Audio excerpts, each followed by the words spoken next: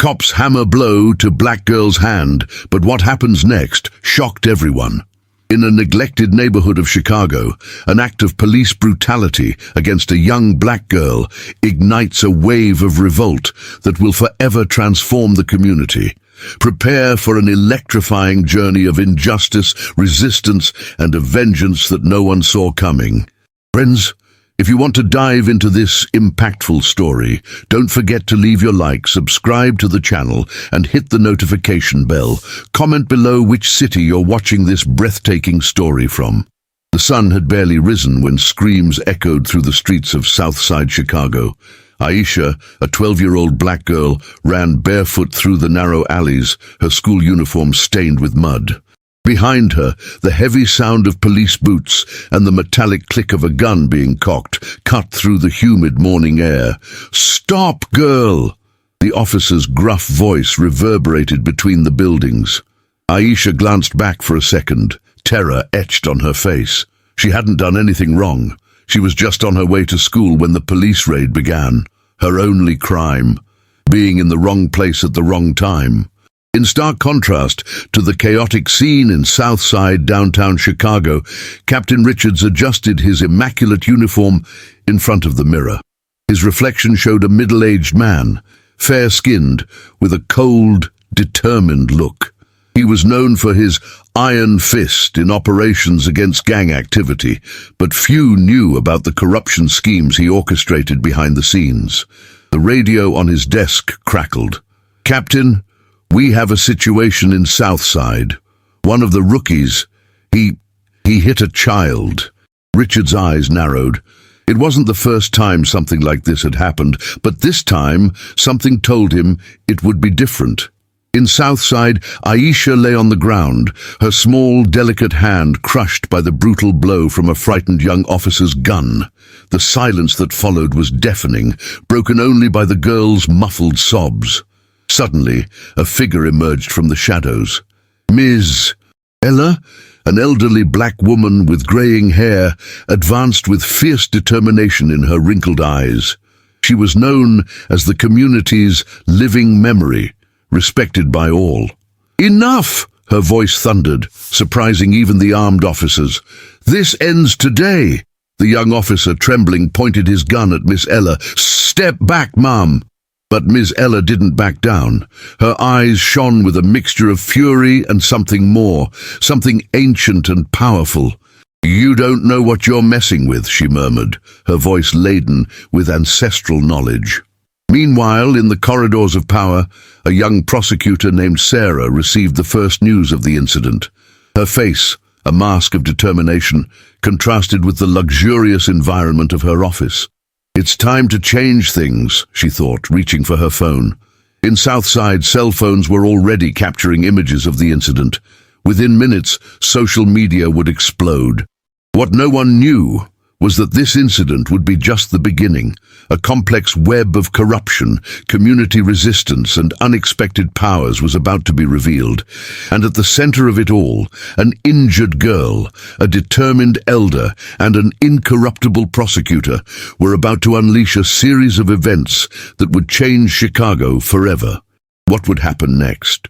Who really held the power in the shadows of the Windy City? And what would be the price of true justice? Southside Chicago pulsed with nervous energy in the days following the incident. The narrow streets, normally full of life and vibrant colors, seemed darker. Residents exchanged apprehensive glances, whispering about what had happened to Aisha. At the public hospital, the girl fought against the pain, her bandaged hand a constant reminder of the violence she had suffered. Her mother, Tanisha, a strong 30-year-old woman raising Aisha alone, alternated between silent tears and fierce determination.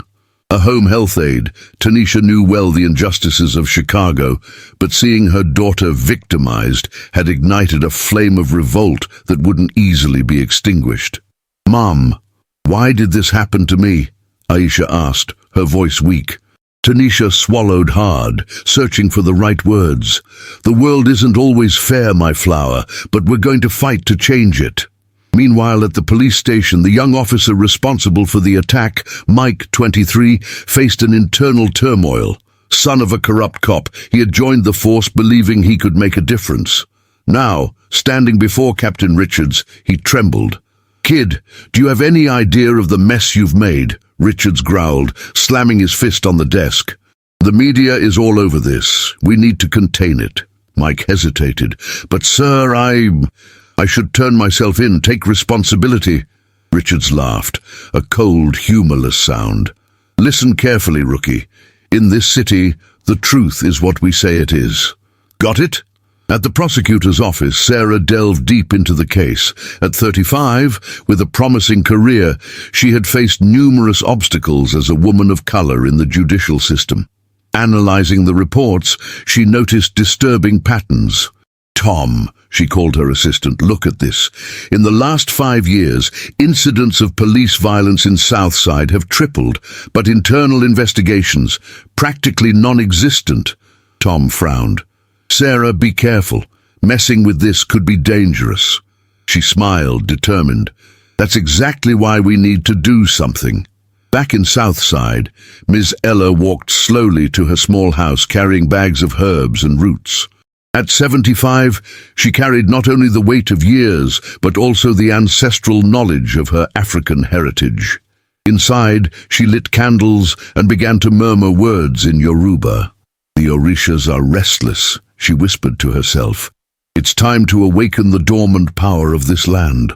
Downtown, in a luxurious office, businessman Victor Stone, a 50-year-old white man known for his real estate ventures, spoke in a low tone on the phone. "Richards, control this situation. We can't have problems now, not when we're so close to getting approval for the new development." On the other end of the line, Captain Richards nodded. "Don't worry, boss. I've got everything under control." Little did they know their words were being heard. A young hacker, known only as Shadow 19, smiled at her computer screen in a dark room on the outskirts of the city. Mixed race with black and Asian features, she was a technology prodigy with a strong sense of justice. "Bingo," she murmured, saving the audio file. "This is going to be interesting." As night fell over Chicago, each of these characters, Aisha, Tanisha, Mike, Richards, Sarah, Ms. Ella, Victor, and Shadow, prepared consciously or unconsciously for the role they would play in the unfolding drama. Southside, with its labyrinthine streets and hidden stories, would be the stage for a battle that transcended the physical and delved into the spiritual and technological. Injustices rooted for generations were about to face a storm of change, driven by an unlikely alliance between the ancient and the new, the mystical and the digital. And at the center of it all, a girl whose injured hand would become the symbol of a revolution that no one could have predicted. The sun had barely risen when Southside Chicago was shaken by a series of explosions. They weren't gunshots, as many initially feared, but the deafening sound of loudspeakers being turned on simultaneously throughout the neighborhood. Shadow's voice, distorted and metallic, echoed through the alleys. "Attention, residents of Southside. The time for truth has come. Here's the proof of the corruption that oppresses us."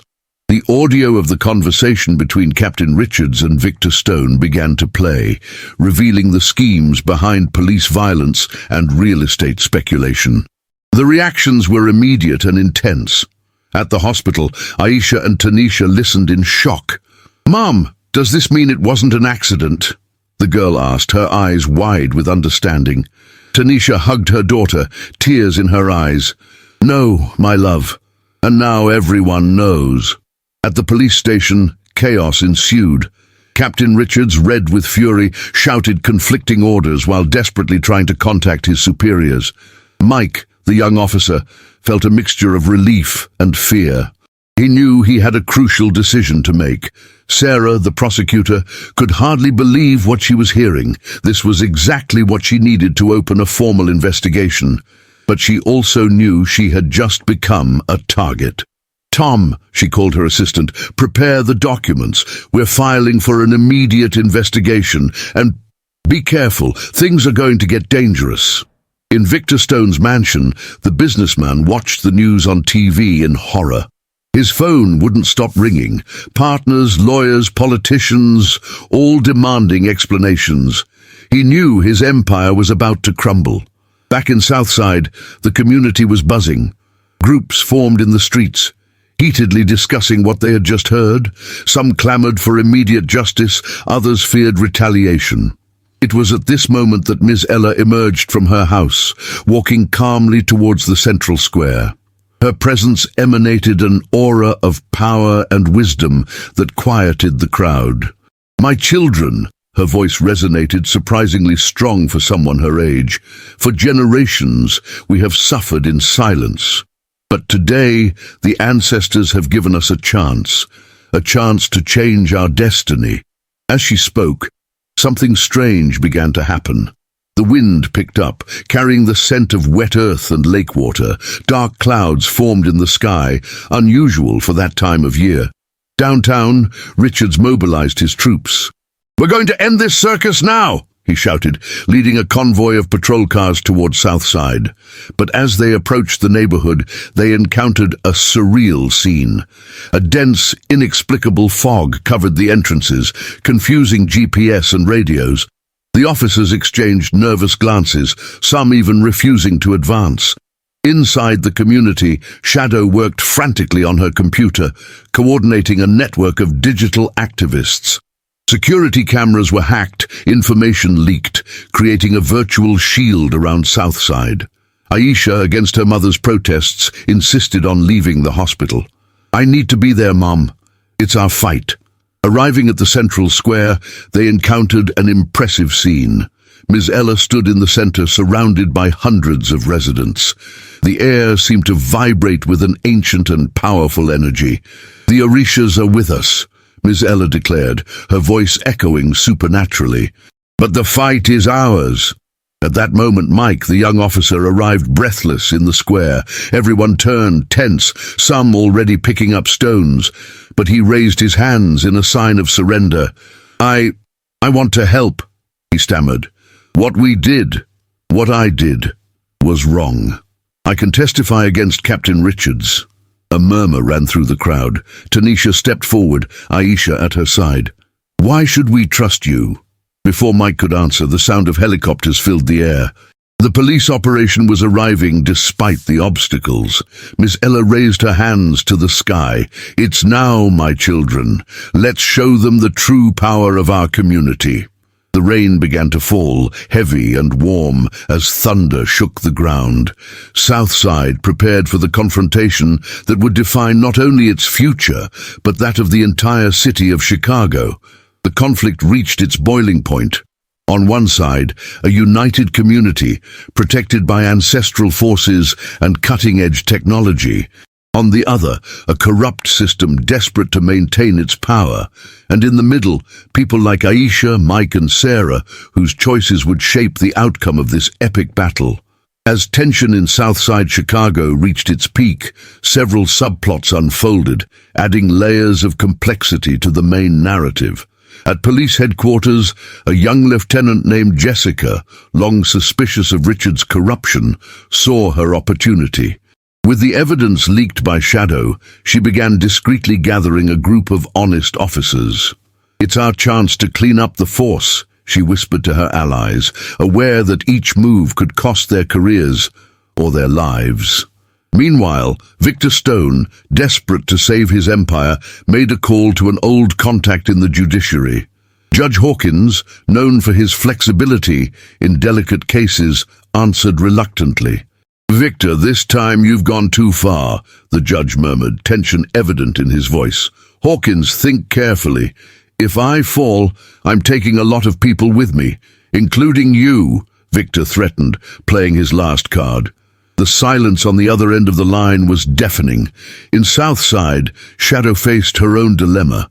Her mentor, a veteran hacker known as Ghost, contacted her urgently.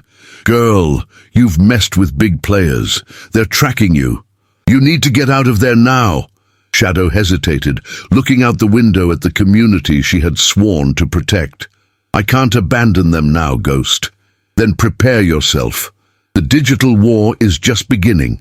In another corner of Southside, Aisha and her mother Tanisha found themselves at the center of unexpected media attention.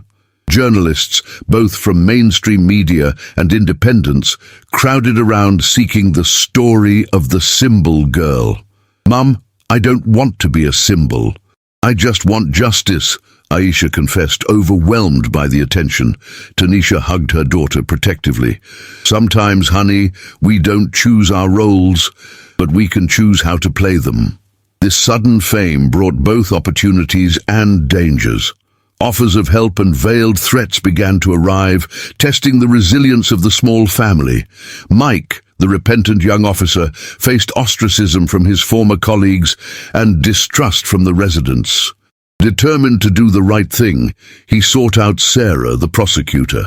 "I have information about past operations, names, dates, everything you need to bring down Captain Richard's scheme," he offered, his voice trembling slightly. Sarah studied him, calculating the risks. "You understand this could put your life in danger?" Mike nodded, resolute. "It's the least I can do to start making amends." Meanwhile, Ms. Ella faced an unexpected challenge. Other community leaders, skeptical of her mystical methods, began to question her leadership. "We need concrete action, not superstitions," argued a young leader during a tense meeting. Ms. Ella looked at him, her eyes shining with ancestral wisdom. "True change, my son, begins in the spirit. But don't worry, concrete actions will come." This internal division threatened to fragment the community's unity at a crucial moment. Downtown, pressure on the state government increased. The governor, pressured by public opinion and nervous political allies, considered intervening directly. "If we don't resolve this soon, it could spread to other communities," an advisor warned. The governor massaged his temples, aware that any decision would be criticized. "Prepare a statement. We're going to propose an independent investigation commission."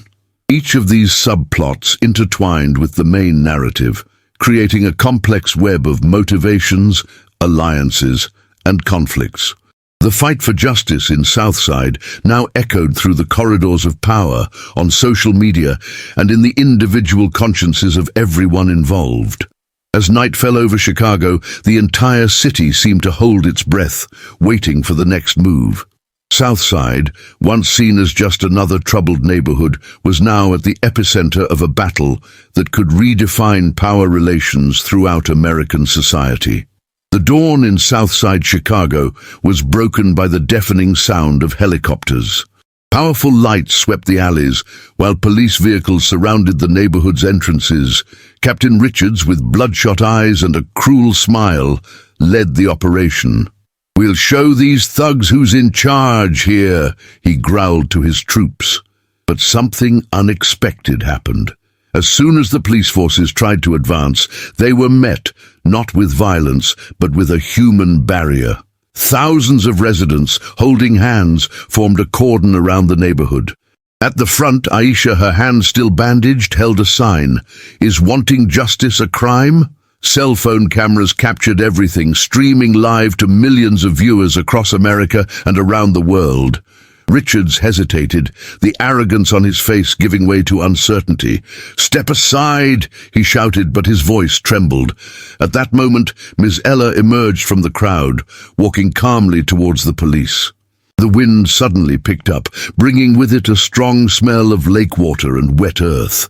"Son," she spoke, her voice echoing supernaturally, "don't you realize you're on the wrong side of history?" Meanwhile, behind the digital scenes, Shadow waged her own battle. Hackers hired by Victor Stone were trying to take down the live streams and servers containing the evidence.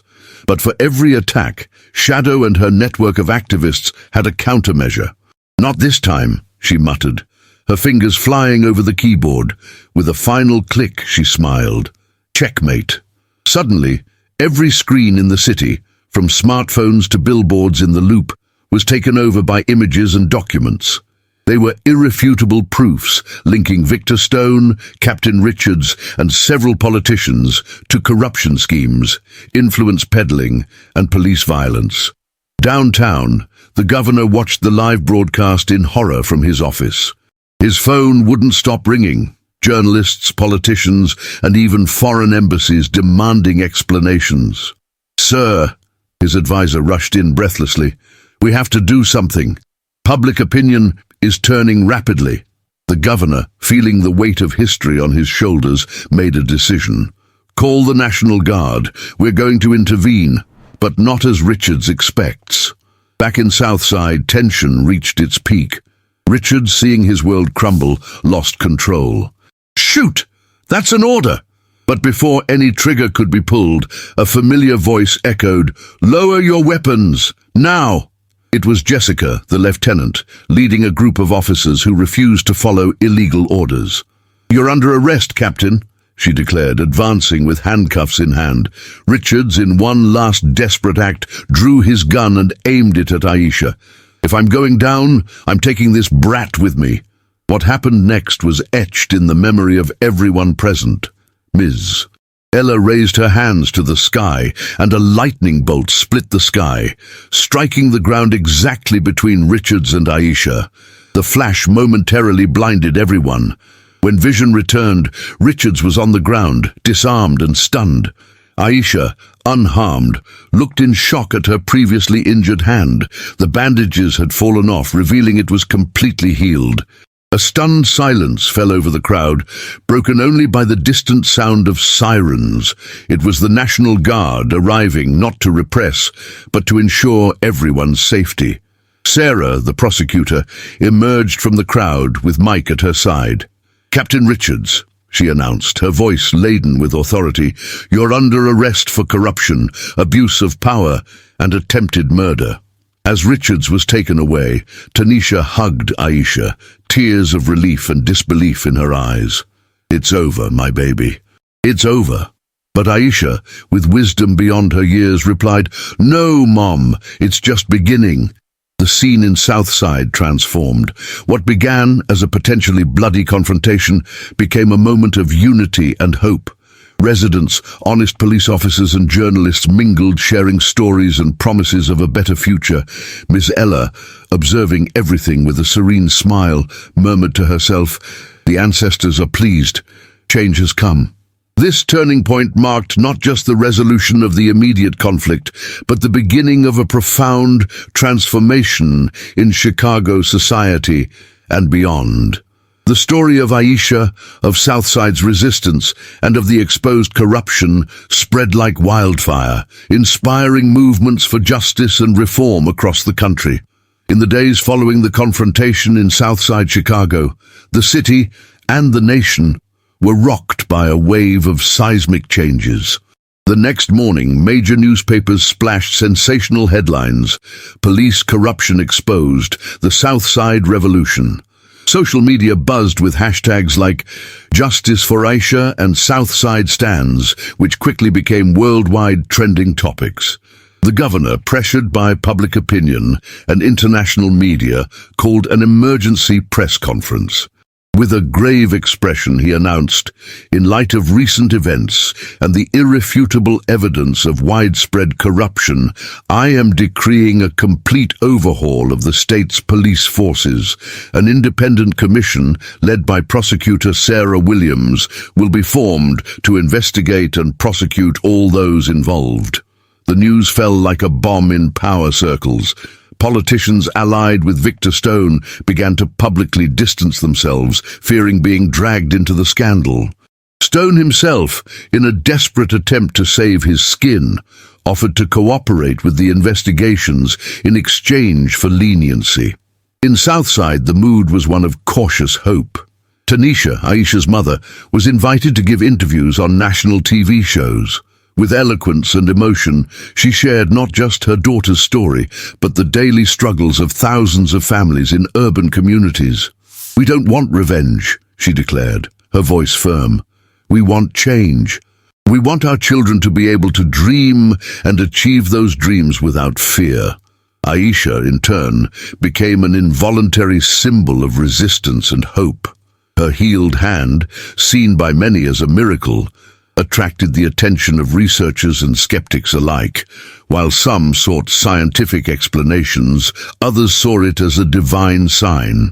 Miss Ella, respected more than ever, used her influence to calm tempers in the community and promote dialogue. She organized meetings with leaders from other neighborhoods, creating a network of solidarity and information exchange. "Our fight isn't over," she warned, "but now we have the chance to build something new, something just." In the digital world, Shadow faced her own consequences. Her face, still unknown, adorned graffiti murals across the city as a hooded figure, a symbol of digital resistance. Tech companies offered astronomical job offers, while government agencies considered her a national security threat. Hidden in her room in Southside, she pondered her next move. "With great power comes great responsibility," she murmured to herself, quoting her childhood hero, Spider-Man. Mike, the former officer, faced a mix of hostility and gratitude. His testimony was crucial in dismantling the corruption network, but many still viewed him with suspicion. Determined to redeem himself, he began working with local NGOs, using his knowledge to help implement community security programs. Lieutenant Jessica, for her courage in defying illegal orders, was promoted and tasked with leading a new ethical training program for police officers. "We're going to rebuild trust between the police and the community," she declared in her inaugural speech. "One step at a time." Today, on the political scene, the Southside case catalyzed a national movement for police reform and anti-corruption efforts. Bills that had been dormant for years in Congress gained new life, propelled by popular pressure. Sarah, now heading the investigation commission, worked tirelessly. Each new document revealed, each testimony collected, unearthed decades of systemic corruption. "This goes beyond an isolated case," she explained in an interview. "We're dismantling an entire structure of abusive power." As weeks passed, Southside transformed. Social projects flourished, schools received much-needed investments, and a new generation of community leaders emerged, inspired by recent events. Aisha, observing the changes from her window, smiled. Her hand, once a symbol of injustice, now represented possibility. She picked up a pencil and began writing in her diary, "The day Southside changed America." The waves of change continued to spread, promising an uncertain but hopeful future. 6 months passed since the events that shook Southside Chicago and the entire city. The community, once viewed merely as a social problem, was now a symbol of resistance and transformation. Aisha, now 13, walked through the neighborhood streets with new confidence. Her hand, completely healed, carried books. She had become not just an exemplary student, but also a young leader in the community. "Aisha! Aisha!" called some younger children. "Tell us the lightning story again." She smiled, sitting down with them. "The real magic isn't in the lightning," she began, "but in the power we have when we unite." Tanisha observed her daughter from afar, her chest swelling with pride. She herself had grown immensely over the past few months. From a home health aide to a respected community leader, she now coordinated an adult education program in Southside. "Who would have thought, huh?" said a familiar voice beside her.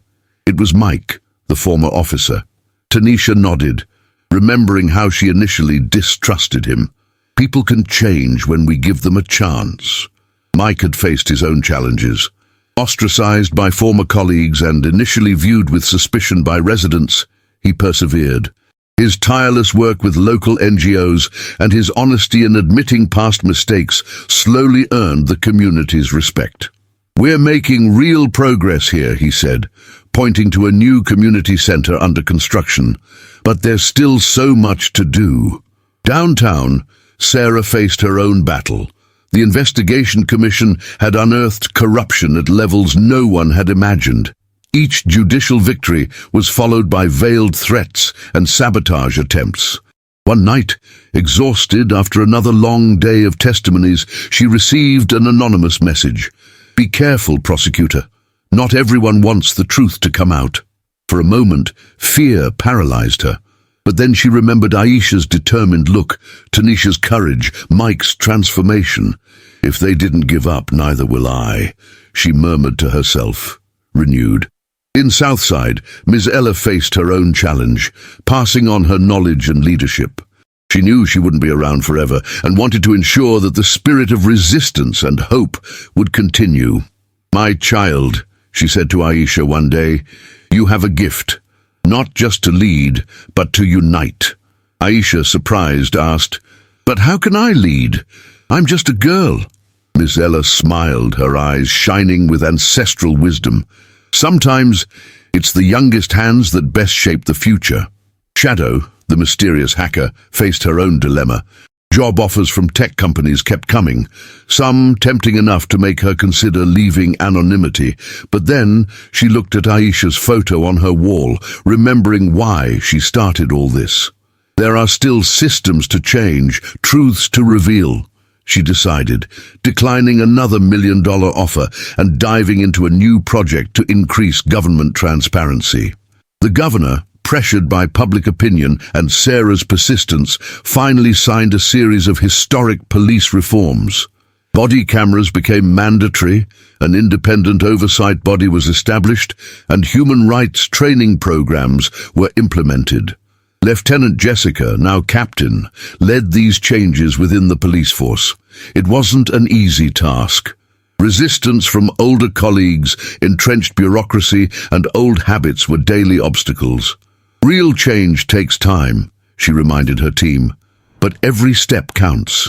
In Southside, results began to show. Violence decreased, while social projects flourished. A new technology school, inspired by Shadow's story, opened its doors, offering opportunities that once seemed unattainable. Aisha, walking home after a day of studies and activism, stopped to watch the sunset over the city. Chicago looked different now, not just to her, but to everyone. "Aisha," her mother called from the window, "come here, baby. We have a surprise for you." As she entered the house, she found Tanisha, Mike, Ms. Ella, and even Sarah all smiling. "What's going on?" she asked, confused. Tanisha hugged her daughter. "You've been selected to represent Southside at an international forum for young leaders. You're going to tell our story to the world." Aisha was speechless, tears of emotion welling up in her eyes. She looked at each face in the room, seeing in them not just her own growth, but that of an entire community. "We did this together," she finally said, "and together we can do even more." As night fell over Chicago, Southside glowed not just with house lights, but with the promise of a future that, for the first time in a long time, truly seemed bright. A year after the events that transformed Southside, Chicago was preparing for a decisive moment. The investigation commission led by Sarah was about to present its final report, promising to expose decades of corruption and abuse of power. On the eve of the presentation, tension was palpable throughout the city. In Southside, Aisha, now 14 and freshly returned from her international trip, called an emergency meeting with community leaders. "We need to be prepared for anything," she said, her voice carrying a maturity beyond her years. "A lot of powerful people are going to fall, and they won't accept it peacefully." Tanisha, now a respected activist, nodded gravely. "We've already received information that some politicians are planning to discredit the report, claiming it's a political witch hunt." Mike, the ex-cop now fully integrated into the community, added, "And there are rumors that some sectors of the police are preparing for possible retaliation." Ms. Ella, her eyes shining with ancestral wisdom, spoke calmly. "Children, what's coming is the real test. It's not enough to expose the truth. We need to be ready to defend it." Meanwhile, downtown, Sarah worked tirelessly in her office, reviewing every detail of the report. Her deep eye bags testified to sleepless nights, but her eyes shone with determination. Her assistant, Carlos, rushed in. "Sarah, we just received an anonymous threat. They say they have compromising information about you and that they'll release it if the report is presented." Sarah hesitated for a moment, the weight of the decision heavy on her shoulders. But then, her gaze fell on a photo of Aisha on her desk. "We didn't come this far to back down now," she said firmly. "Prepare the security team. We're going ahead." In the police operations room, the newly promoted Captain Jessica faced her own dilemma. Intelligence information indicated that corrupt groups within the force were planning to sabotage the report's presentation. "We need to act, but carefully," she instructed her loyal team. "If we make the wrong move, we could trigger an internal conflict in the department." In the digital world, Shadow received worrying alerts. Hackers hired by corrupt politicians were preparing for a massive attack on the servers containing the digital evidence collected by the Commission. "Not this time," she muttered, her fingers flying over the keyboard. With a series of complex commands, she began fortifying the digital defenses, knowing the next 24 hours would be crucial. Back in Southside, Aisha led an effort to mobilize the community. Young people were assigned to monitor the neighborhood's entrances, while communication teams prepared to broadcast real-time information through a network of community radios. "Remember," she told the group, "our strength is in unity and truth. No matter what happens, we can't resort to violence." As night fell over Chicago, different groups positioned themselves strategically. National and international journalists converged on the city, sensing that something historic was about to happen. On social media, hashtags like Truth for Chicago and Justice in Southside began to gain global traction. At the governor's mansion, the governor faced pressures from all sides. Political allies demanded that he intervene to prevent the report's release, while public opinion clamored for transparency. "Sir," said his chief advisor, "what we decide in the next few hours could define not just your legacy, but the future of the state." The governor, feeling the weight of history on his shoulders, looked out the window at the city he swore to serve. "It's time to choose a side," he murmured. As dawn approached, an electric energy seemed to course through the streets of Chicago. In Southside, in police stations, in the corridors of power, and in digital alleys, everyone prepared for what promised to be one of the most important days in the city's recent history. Aisha, standing atop a roof, looked at the illuminated city below. Tomorrow, she thought, everything could change. With a deep sigh, she turned to join the others, knowing the next few hours would require all the courage and wisdom they had accumulated over this year of struggle and transformation. The sun had barely risen when the streets of Chicago began to buzz with activity. Crowds converged on the downtown area, where the Investigation Commission's final report would be presented. In Southside, Aisha led a peaceful procession of residents towards City Hall. Raised banners proclaimed, "Truth cannot be silenced," and "Justice for all, not just for some." At City Hall, Sarah arrived under heavy security. Her eyes revealed determination, but also apprehension. By her side, Carlos carried a folder containing the report that could change Chicago's fate. "Are you ready?" Carlos asked. Sarah nodded. More than ever. Meanwhile, behind the scenes, chaos was unfolding. The corrupt former Captain Richards, now under house arrest awaiting trial, was making a series of frantic calls. "Do whatever it takes to stop this presentation," he ordered his remaining allies. In the police control room, Captain Jessica received worrying alerts. "We have information that armed groups are moving towards downtown," an officer reported. Jessica didn't hesitate. "Mobilize all available units. Today we protect the truth, not vested interests." In the digital world, Shadow faced her own epic battle. Massive cyber attacks aimed to take down the servers containing the digital evidence. Her fingers flew over the keyboard, creating firewalls, deflecting attacks, protecting the integrity of the data. "You're not going to win," she muttered, a drop of sweat running down her forehead. At 10 a.m. sharp, the doors of City Hall opened. Sarah walked to the podium, facing a room packed with journalists, politicians, and citizens. TV cameras broadcast live to the entire country. "Today," she began, her voice firm, "we present not just a report, but a testimony to the courage of countless citizens who refused to accept injustice as the norm." As she spoke, chaos unfolded on the streets. Groups hired by corrupt politicians tried to block access routes, but were met with peaceful resistance led by Aisha and the Southside residents. "They shall not pass," Aisha shouted, her voice echoing through the crowd. Suddenly gunshots were heard. Panic spread, but Aisha, remembering Ms. Ella's words, yelled, "Don't run! Stay united!" Miraculously, the crowd stood firm, forming an impenetrable human barrier. Inside City Hall, Sarah continued, revealing names, dates, and amounts that implicated dozens of powerful figures in corruption schemes. With each revelation, gasps of shock echoed through the room. In the middle of her speech, the lights flickered. For a moment, it was feared that the electrical system had been sabotaged, but it was Shadow, redirecting all the city's power to ensure the transmission continued uninterrupted. On the streets, the situation reached its critical point.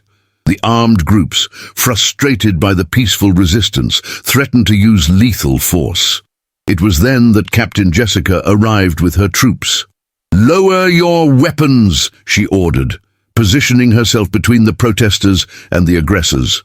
"Today we stand on the side of law and justice."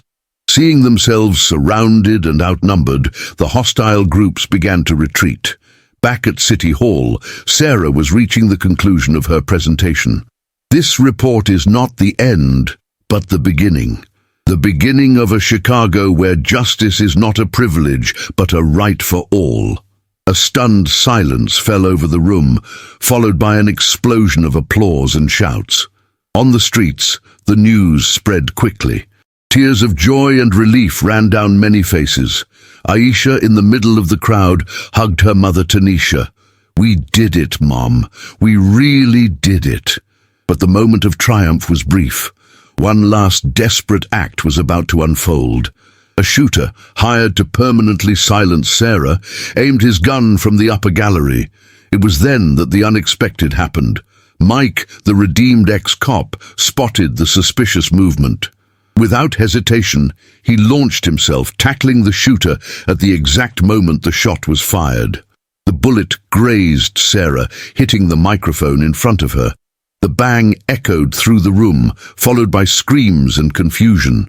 When the dust settled, Mike was being hailed as a hero, the shooter was in custody, and Sarah, still shaken but determined, finished her speech. "Let this day be marked in history. The day Chicago chose truth over lies, justice over corruption, and hope over fear." Sarah's words echoed not just through City Hall, but throughout the city and beyond. At that moment, everyone felt that a new era was truly beginning. In the weeks following the report's presentation, Chicago experienced an unprecedented transformation. The revelations triggered a wave of arrests, resignations, and reforms at all levels of government and law enforcement. Captain Richards and his accomplices were finally brought to justice, facing long prison sentences. Victor Stone, the corrupt businessman, had his assets seized and redirected to social development programs in the communities he had exploited for so long. In Southside, the change was palpable. Social projects initiated during the year of struggle flourished, transforming the community into a model of sustainable development and citizen participation. Aisha, now 15, had become a respected figure, not just in her community but throughout Chicago. Invited to speak at schools and universities, she shared her story and inspired other young people to become agents of change. "Our fight isn't over," she would say in her speeches, "but we've proven that when we unite, we can change the world." Tanisha, proud of her daughter, expanded her adult education program, helping hundreds of residents earn diplomas and better job opportunities. Mike, the ex-cop whose redemption culminated in the heroic act of saving Sarah, was invited to lead a new ethical training program for police forces. His experience and personal journey became a powerful example of transformation and accountability. Captain Jessica, promoted to commander, led a comprehensive reform in Chicago's police, implementing new training protocols, oversight, and community engagement. Sarah, hailed as a heroine by many, declined offers of political positions. Instead, she chose to continue her work in the state attorney's office, ensuring that the promised reforms were actually implemented. Ms. Ella, recognized as the guardian of the community's wisdom and resistance, saw her teachings about unity and perseverance echo far beyond Southside. She began receiving visits from community leaders from all over America, eager to learn from her experience. Shadow, still anonymous, continued her work behind the scenes, developing government transparency platforms that allowed citizens to closely monitor their representatives' actions. The governor, who at the critical moment chose to support the truth, saw his decision rewarded with a significant increase in public trust. He led the implementation of structural reforms that promised a fairer and more transparent future for the state. On a sunny afternoon, a year after the report's presentation, Aisha found herself again on a rooftop in Southside, observing the city.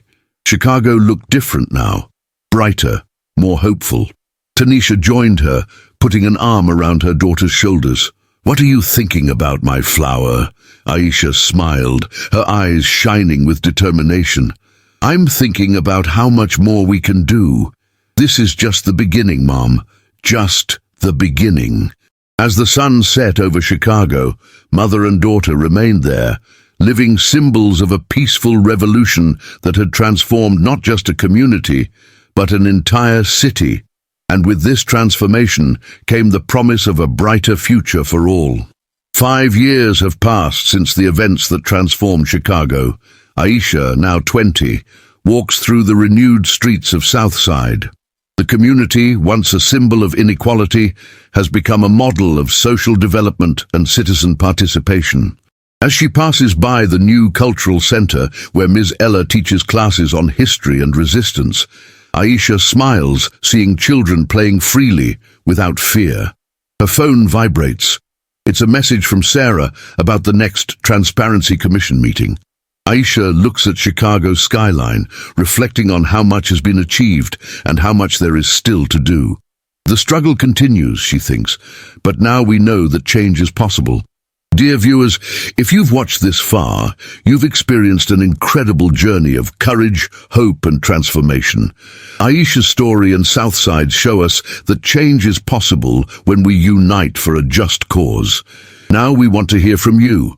Comment, "I watched until the end," and share your thoughts on how we can make a difference in our own communities. Your voice matters. Don't forget to like, subscribe to the channel, and hit the notification bell for more inspiring stories like this one, and stay tuned. At the end of this video, a screen will appear with another unmissable video. Click on it to continue your journey of discovery and inspiration. Together, we can transform not just one community, but the entire world.